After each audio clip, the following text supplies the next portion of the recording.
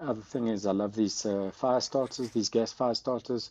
So easy to light fire, no need for briquettes. Light the wood or charcoal. Didn't I say charcoal? Light the wood, very easy. This is the LK brand. There's another one around. So easy. The other thing I did, which is quite nice, is I added a gas regulator with a little gauge on it, so that I can tell when the gas bottle is low or running out. You never really know before you go on a next camping trip. Um, but yeah, then you can just connect it to the gas bottle and you'll know whether it's full, half full, or going on empty. I know you can feel the weight, but just a handy thing to know how much gas you've got in your bottle.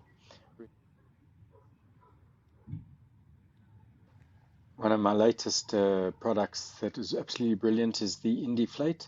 It's basically a tire monitoring or tire pressure gauge for dumping air out of your tires if you just get onto off the tar road and onto a dirt road, a very corrugated road, or sand. You can also inflate your tires with this valve, connect a compressor to it. Um, it's really handy. This is the two valve thing. It's got a quick release valve, so you can quick release onto two tires at a time. So if you want to do two back tires or two front tires at the same time, it can give you a nice reading. It will equalize the tires, which is quite a handy feature. So if you pump one up or the one you feel is too hard, you connect them both, and it'll equalize between the two back tires and the two front tires. So yeah, I've got it on the Bush Loppers back tires here. It was reading just below 2, so we're going to pump it up and then get them to equalize. So yeah, we put them up, we're just about to go out to the bush, put them up to about 2.7, 2.6, and then we leave it for about a minute and it equalizes between the two. Really handy, super accurate, and easy to deflate and inflate tires at the same time. Guys, so one of my things that I hate using is straight pegs unless they're going into the ground sheet. I know the small nylon tents always come with these tiny little pegs. The best pegs are for me, especially for wind, are these zigzag or V shape pegs. Obviously, you hammer them in at an angle and then it pulls on the opposite side with the rope and they don't come out.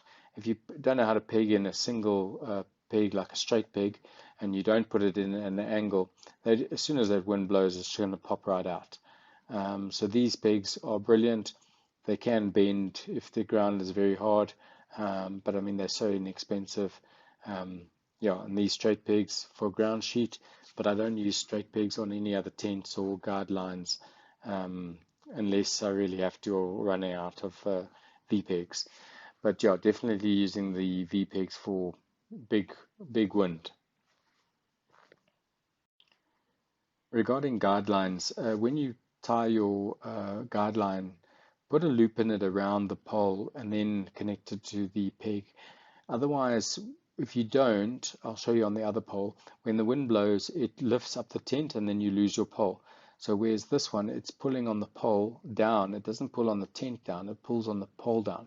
So that when the wind blows and lifts it, it doesn't lift the tent, the roof up, and then you lose your pole.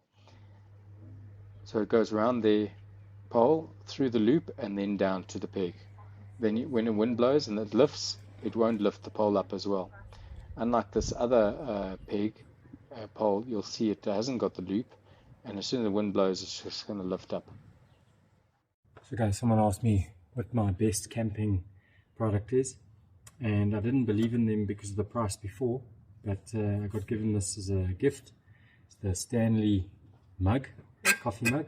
It's got the quick release button here, so if it doesn't spill, and obviously when you push it, then the liquid comes out the coffee.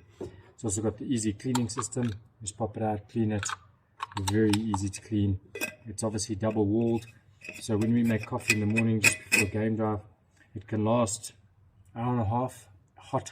You can't even sip it, so you normally have to like let the air in a bit, let it cool a bit, and then you can drink it. But it stays warm. It's like a flask, it stays warm for ages. We also use them to put like ice inside, brandy and coke or something lekker.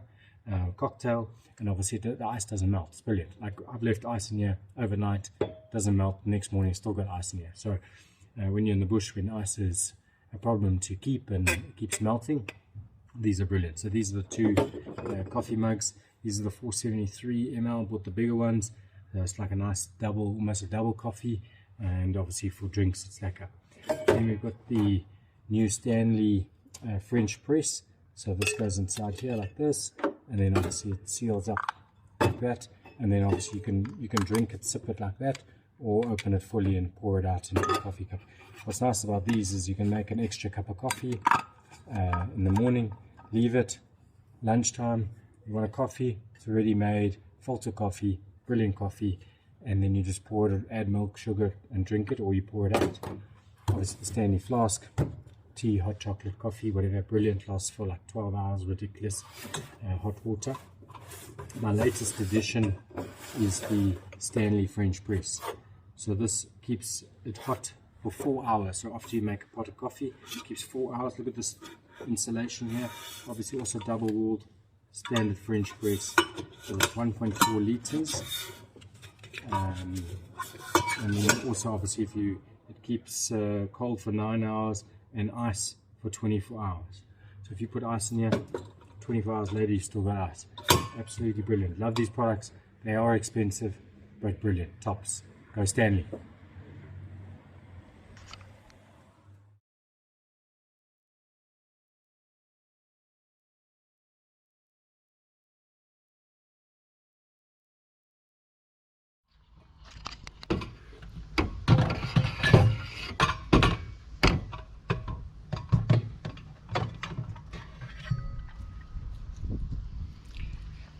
The other thing we've done with the little urn, a 5-litre urn, and just a quick tip, we put on a little timer onto it and set it to come on at 5 in the morning, and then when you wake up, boom, your hot water's cold, your hot water's hot, and you don't have to wait for the kettle to boil.